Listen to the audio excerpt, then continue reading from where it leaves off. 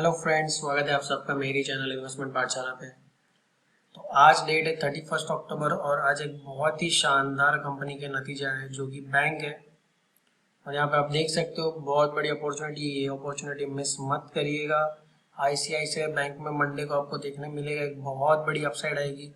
थोड़ी अनसर्टेनिटी है मार्केट में, यूएस के इलेक्शंस है तो उसके रिलेटेड रहेगी, क्योंकि मार्केट एक्सपेक्ट कर रहा है ट्रम्प जीतने चाहिए या बिडेन जीतने चाहिए। लाइक इसमें किसी के कोई व्यू नहीं है ज़्यादातर, बट एक्सपेक्टेड यही है कि ट्रम्प अगर जीते तो मार्केट पॉजिटिव रहेगा।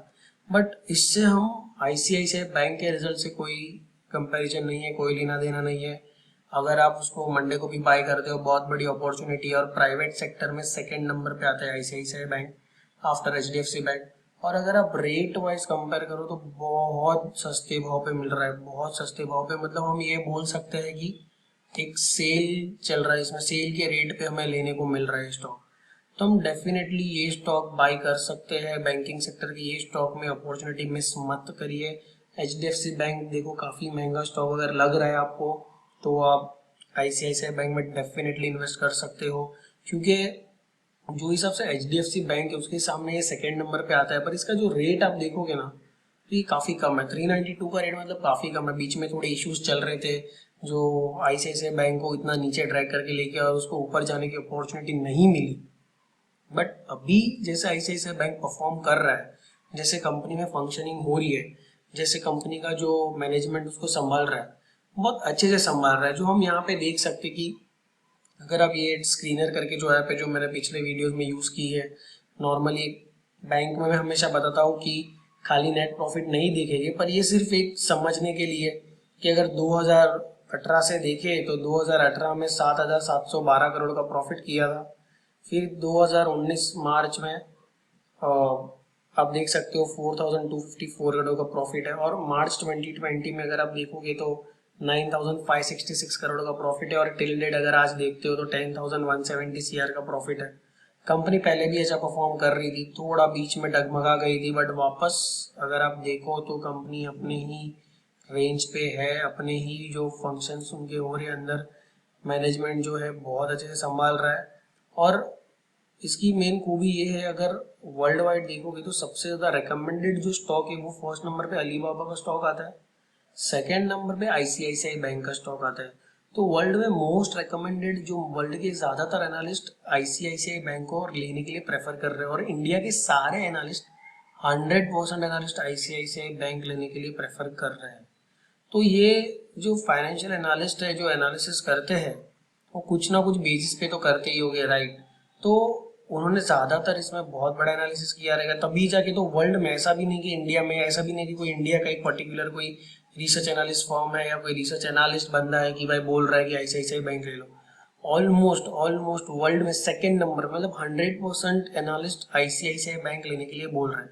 मैं आपको ये नहीं बता रहा हूँ कि अगर वो 100% एनालिस्ट बोल रहे तो हम आईसीआईसीआई बैंक ले लो, मैं ऐसे नहीं बता रहा हूँ।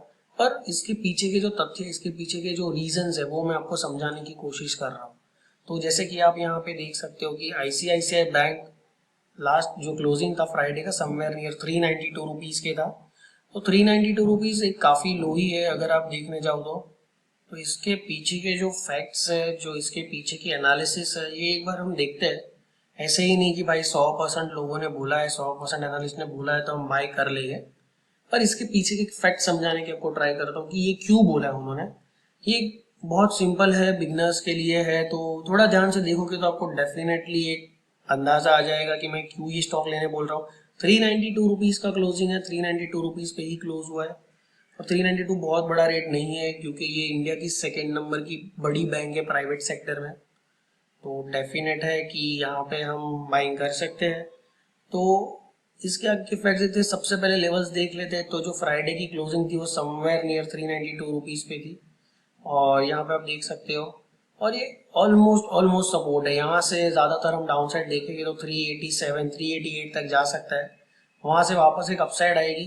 तो कोविड के रिलेटेड जो पैंडेमिक था और उसमें जो डाउन साइड आया था, तो stock somewhere near around 550 rupees चल रहा था। फिर गिर के मार्च में जब लॉकडाउन लगा तब 268 रुपीज़ आया, वहाँ से वापस ऊपर गया, नीचे आया, ऊपर करके फिर थोड़ा अप ट्रेंड बनाया और पिकअप लेके 423 तक का हाई बनाया था।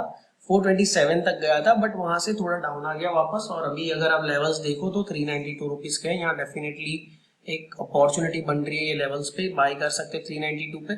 यहाँ से जो शॉर्ट टर्म ट्रेडर्स है उनके लिए भी एक कॉल बन रहा है। अगर आप देखोगे शॉर्ट टर्म में 420 के लेवल जिसमें डेफिनेटली दिख रहे, डेफिनेटली 420 के लेवल इसमें दिखेंगे। अगर आपको स्टॉप लॉस रखना है तो आप समवेयर नियर उसका स्टॉप लॉस रख सकते हो 375 रुपीज पे। और 375 रुपीज की इसका एक स्टॉप लॉस रखिए। ट्रेडर्स के लिए बात कर रहा हूँ, अगर इन्वेस्टर हो तो 375 पे आता है तो भी वापस बाय करने की ही सलाह दूंगा। इसको एवरी डिप पे बाय करेंगे। ये एक ऐसा स्टॉक है बैंकिंग सेक्टर का जो हमें नेक्स्ट आने वाले 2 से 3 साल में 4 डिजिट में देखने मिलेगा। ये मैं कोई तुक्का नहीं मार रहा हूँ, कोई हवा में बात नहीं कर रहा हूँ, मैं सिर्फ आपको बता रहा हूँ कि ये हो सकता है और डेफिनेटली हो सकता है। क्योंकि जो हिसाब से बैंक में फंक्शनिंग हो रही है, जो हिसाब से बैंक की जो इनकम्स बढ़ रही है, लोन्स जो उनकी बढ़ रही है, और जो ये लोन देते हैं इनका प्रोसेस बहुत फास्ट है, तो वहाँ से भी उनकी बहुत अच्छी इनकम हो रही है।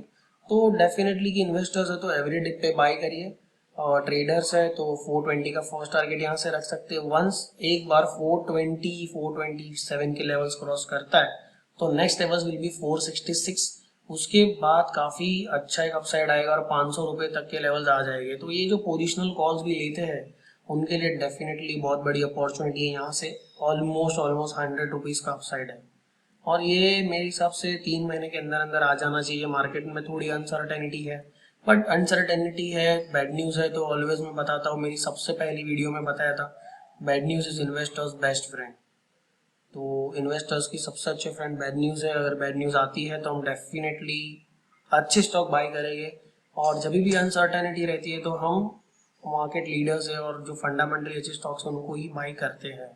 ठीक है, यहाँ से अगर मैंने आपको बताया 500 तक तो डेफिनेटली, और उसके ऊपर जाता है तो फिर कुछ लेवल्स ही डायरेक्टली 548 के जो ऑल टाइम हाइस था वहाँ पे आ जाएगा। तो ये डेफिनेटली इन्वेस्टर स्टॉक है, यहाँ से ले सकते हैं। पोजिशनल ट्रेडर्स के लिए, पोजिशनल कॉल जो लेते हैं उनके लिए मैंने ये बताया टारगेट। और अगर जो इंट्राडे करते हैं या जो शॉर्ट टर्म में ट्रेडिंग करना चाहते हैं उनके लिए 375 का स्टॉप लॉस और विद अ टारगेट ऑफ 424, और उसके बाद नेक्स्ट लेवल 455 का रहेगा। तो ये थिंग फॉलो कर सकते हो। अगर आप आगे होल्ड करना चाहो तो भी डेफिनेटली होल्ड कर सकते हो।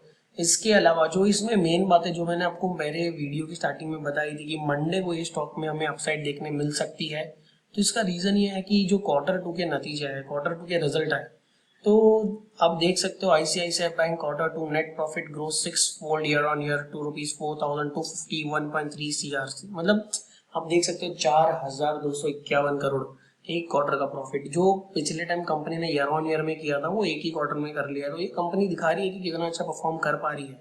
उसके अलावा नेट इंटरेस्ट इनकम देख लीजिए 9,366 करोड़। अभी नेट इंटरेस्ट इनकम क्या रहता है, मैंने पिछली HDFC बैंक वाले वीडियो में बताया था, और ये वापस मैं बताऊंगा कि बैंक जो भी बिजनेस करती है वो क्या करती है कि जो पैसे हम बैंक में डिपॉजिट करते हैं वो पैसे पे हमें कुछ % ऑफ इंटरेस्ट मिलता है, राइट। जैसे कि मतलब हमने हमारा पैसा बैंक को दिया, वो हमें डिपॉजिट जो देती है उस पर जो इंटरेस्ट मिलता है वो हमें देती है।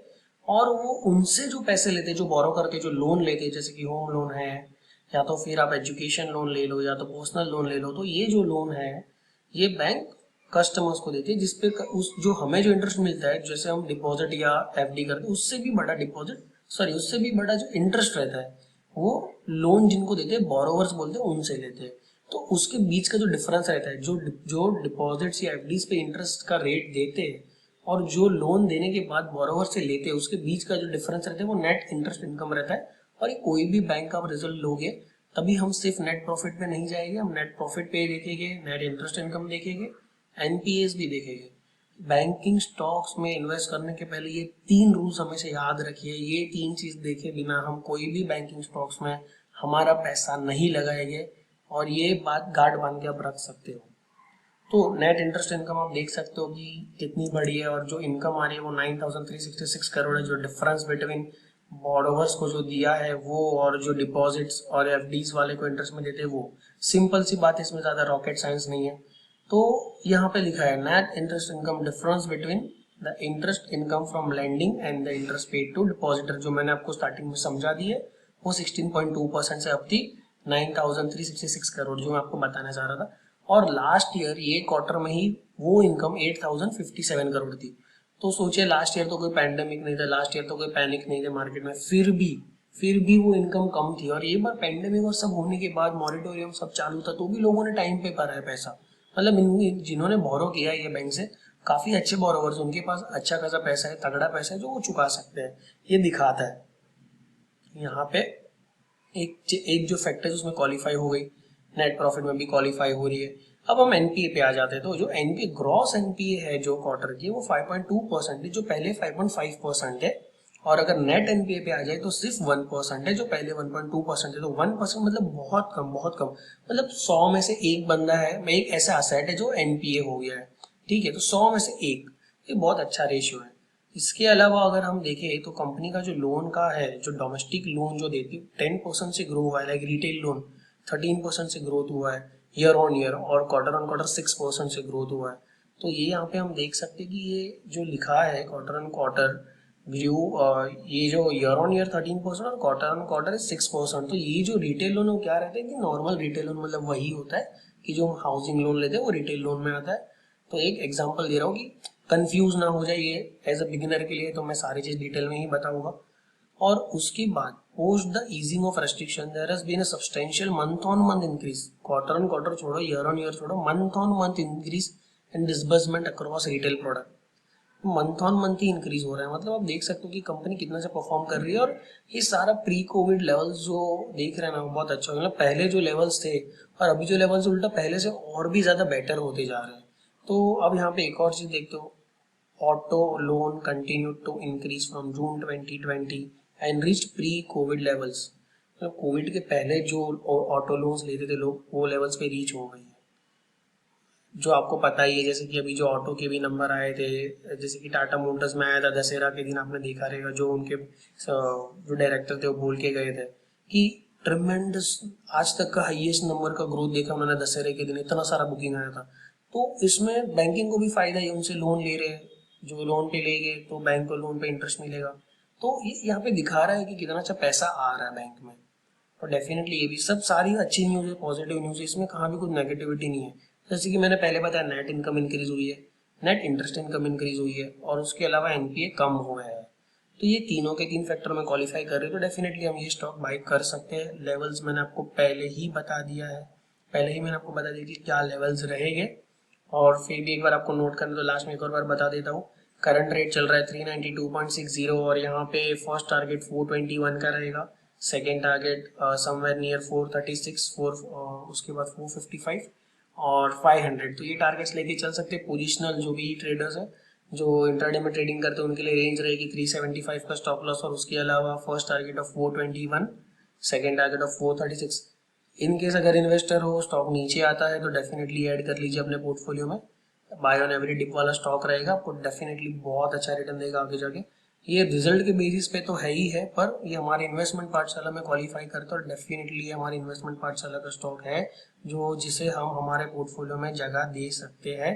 जिसे डेफिनेटली हम हमारे पोर्टफोलियो में जगह देंगे, इसमें हम लॉन्ग टर्म इन्वेस्टमेंट करेंगे। अगर आपका व्यू 5 साल गए तो बहुत बढ़िया है, पर मेरे हिसाब से मैं जो फील कर रहा हूँ कि 3 साल में डेफिनेटली ये स्टॉक हमें आराम से 4 डिजिट दिखाएगा, मतलब 1000 के ऊपर आ सकता है। तो एट द एंड में यही बताऊंगा, वीडियो अच्छी लगी हो वीडियो लाइक करिए, चैनल सब्सक्राइब करिए, नीचे ही चैनल सब्सक्रिप्शन का बटन है। आगे जाके बहुत अच्छी अच्छी वीडियोस में लाऊंगा जिसका आपको नोटिफिकेशन आएगा, और उसमें डेफिनेटली देख सकते हो। और इसके अलावा लास्ट में पैसा आपका है, आपको इसमें कहाँ पैसा लगाना चाहिए कहाँ नहीं लगाना चाहिए उसकी समझ रखिए।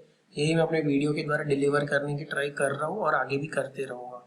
Thank you friends, happy investing. अपनी वीडियो यहाँ पे ही एंड करूँगा। Thank you friends.